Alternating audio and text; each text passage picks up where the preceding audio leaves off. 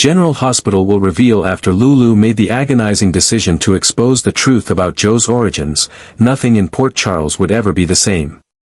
The moment she chose honesty over silence, a line was crossed that could never be undone.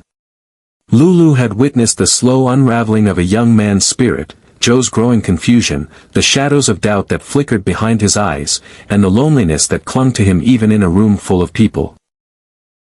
She could no longer bear the weight of knowing that the life he believed in, one filled with love, belonging, and identity, had been built entirely on a lie. A lie orchestrated and protected by the very people who were supposed to love him unconditionally, Dante and Brooke.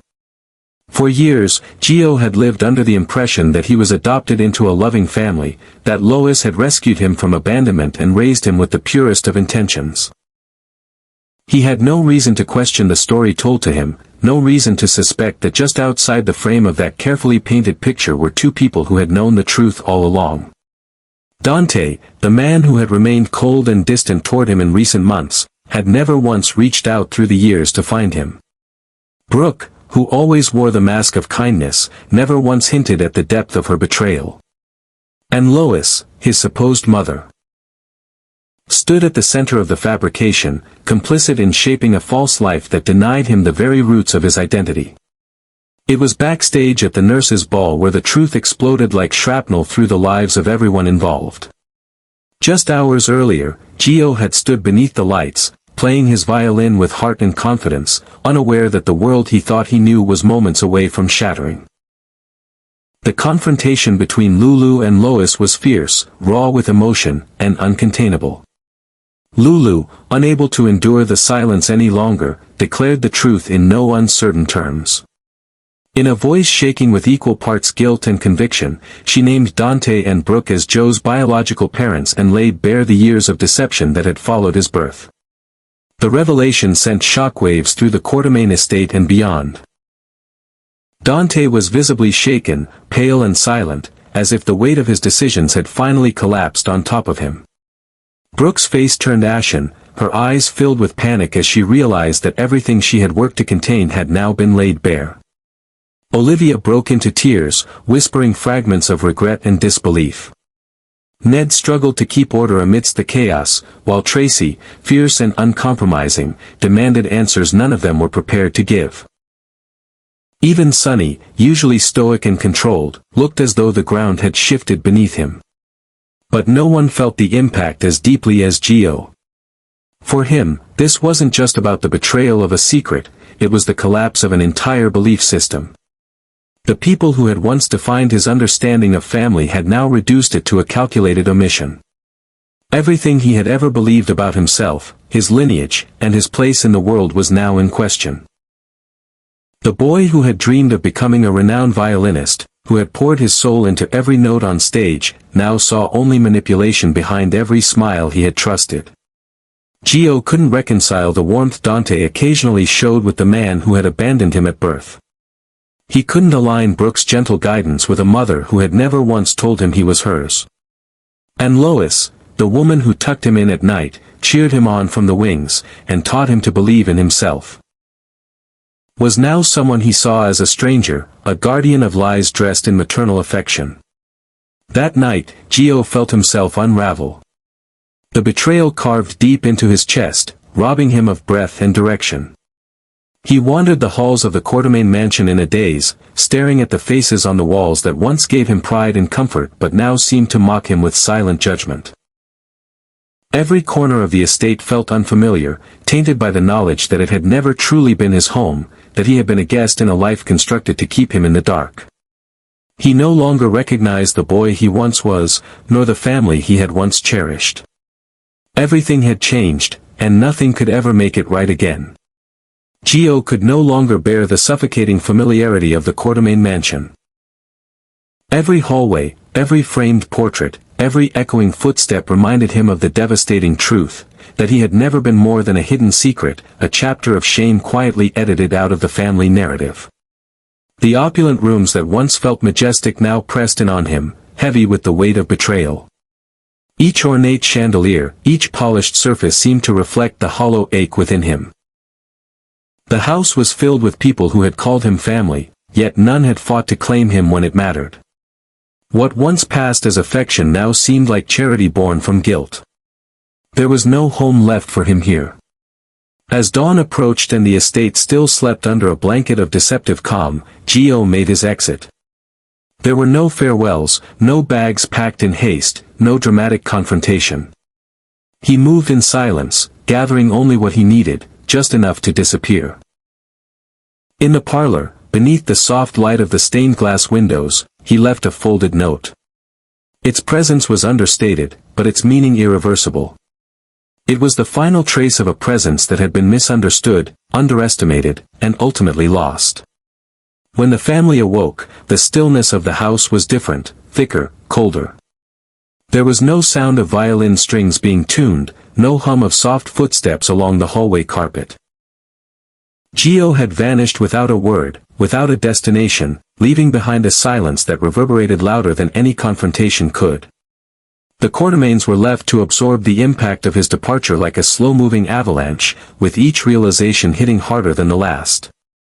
Sonny was the first to acknowledge the magnitude of what had happened.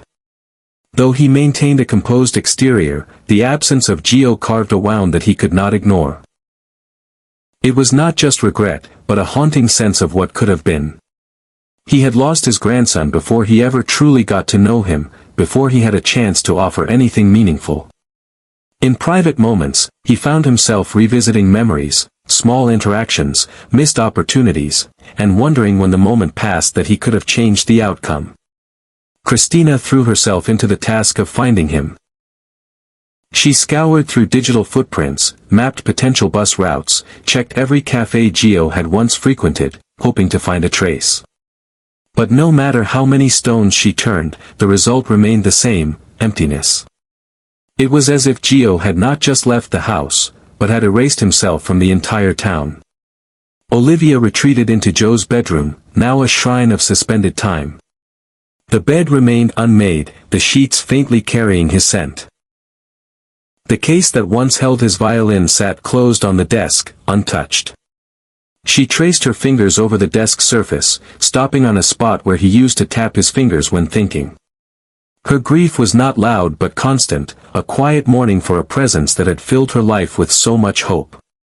Tracy's reaction was as volatile as it was inevitable. She demanded answers no one had, barked orders with an urgency that bordered on desperation, and refused to sit still.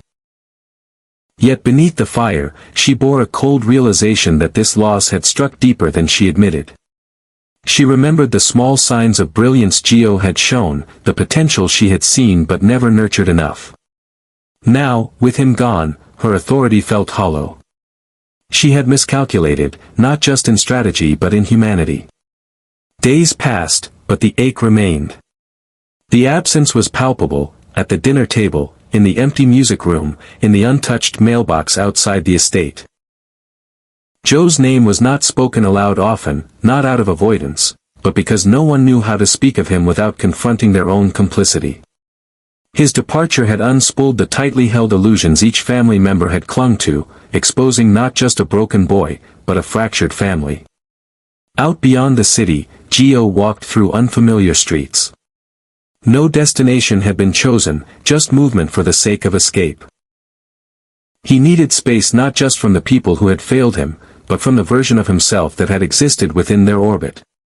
The boy who played music for acceptance, who smiled to be loved, was gone. What remained was someone unfinished, wounded, but free. Gio carried with him not anger, but a determination to rebuild, away from the shadows of wealth, legacy, and lies. For the first time in his life, he was no longer someone else's secret.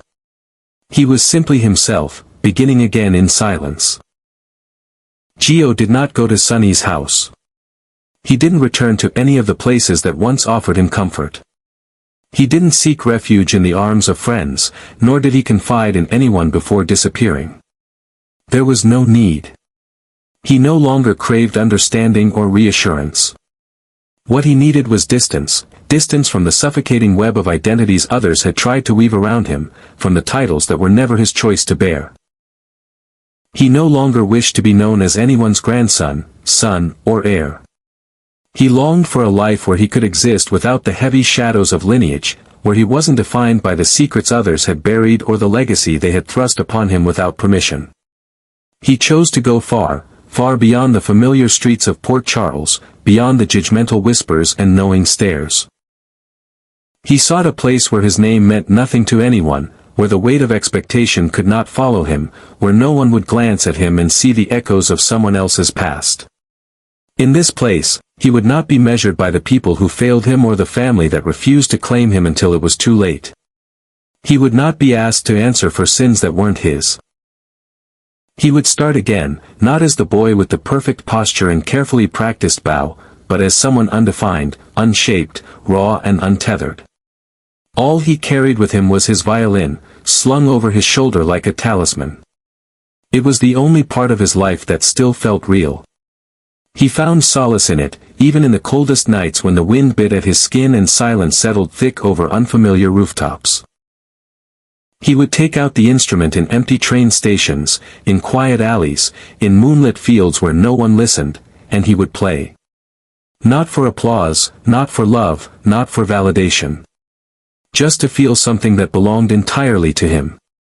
Each note was a declaration of independence, each melody a step away from the tangled roots he had left behind. Back in Port Charles, his absence became more than a mystery. It became a wound.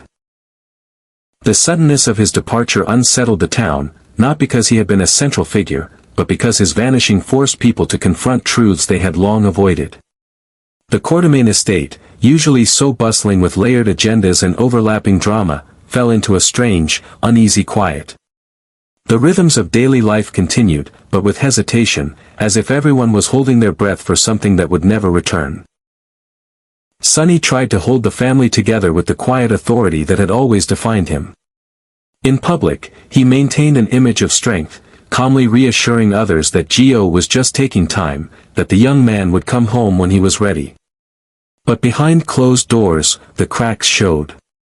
He wrestled with his own sense of failure, with the knowledge that while he had been so focused on protecting his empire, he had missed the chance to protect his own blood. He played and replayed every memory of Gio in his mind, searching for a moment he could have done more, been more. But time, as always, moved only forward. Dante found himself frozen. The revelation that he had a son had already shaken the foundation of who he believed himself to be, but Joe's disappearance plunged him into a state of paralyzing helplessness. He didn't know how to fix what had been broken, didn't know if he even had the right to try. His days became long stretches of silence.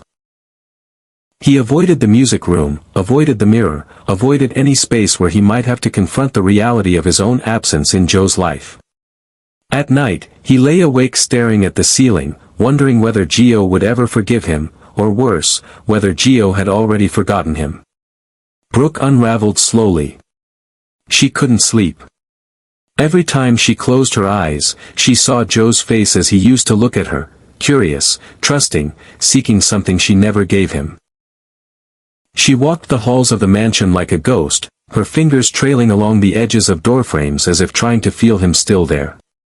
She cried silently in the music room, tears slipping down her face as she sat at the piano he used to lean on while practicing scales. Guilt consumed her, and yet she didn't know how to express it without sounding hollow. Lois, once the vibrant, unapologetic matriarch of her corner of the world, became reclusive. She stopped going out. She didn't answer calls. She avoided the market, the salon, the neighborhood events she used to run. She stayed indoors with the curtains drawn, afraid of the stares and the questions and, worst of all, the silence that followed when no one dared to speak of Gio. She felt the eyes of the town pressing in on her walls, heard their whispers in the stillness, and knew that no explanation would ever justify what had been kept hidden. In the days that followed, the town moved on, as towns do. But the Quatermain mansion remained a monument to a truth too long denied, a home too late offered, and a young man who chose not to wait for permission to define himself.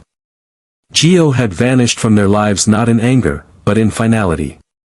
And as he wandered further from the place that failed to see him, his absence grew louder than his presence had ever been. Each day that passed without a word from him carved deeper into the silence, and none could say whether that silence would ever be broken again. But the loss that followed Joe's disappearance was not merely the echoing emptiness left behind in the vast, ornate halls of a powerful family's estate. It was something deeper, something far more unsettling, a reckoning that unfolded in the hearts of those who remained.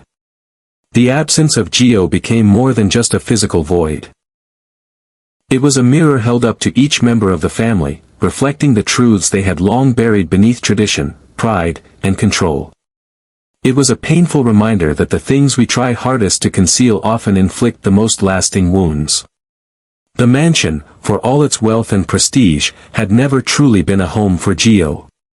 It had been a stage dressed in heirlooms and history, but behind the polished wood and gold-framed portraits lay a silence that had always spoken louder than words. Gio had walked its corridors with a heart full of questions, sensing the spaces where love should have been but wasn't, where truth had been replaced by politeness, and where his identity had been rewritten to suit the convenience of others. He didn't leave in anger alone, he left with resolve. His departure wasn't a retreat, but a declaration. If no one had ever truly searched for him, then he would search for himself. He would go to the only place that offered him even a chance at authenticity, the unknown. Somewhere far beyond the curated lives and carefully kept secrets, Gio would begin again. He would carve out his own existence, not shaped by the legacy of a name he never chose, not colored by the pity of those who failed to claim him when it mattered, and not tethered to the illusion of family that had cost him his sense of self. In this journey, he carried no luggage but his violin. An instrument that had once been a bridge between him and the world, but now served as a compass to his own soul. It became his voice when he could no longer speak, his shelter when the world felt too sharp, and the only thing that had never lied to him.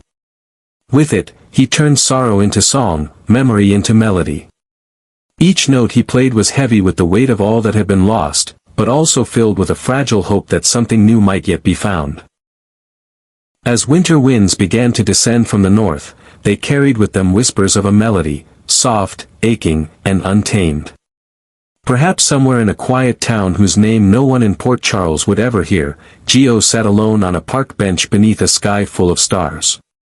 Perhaps his fingers, numb from the cold, still moved deftly across the strings, coaxing a song from the silence.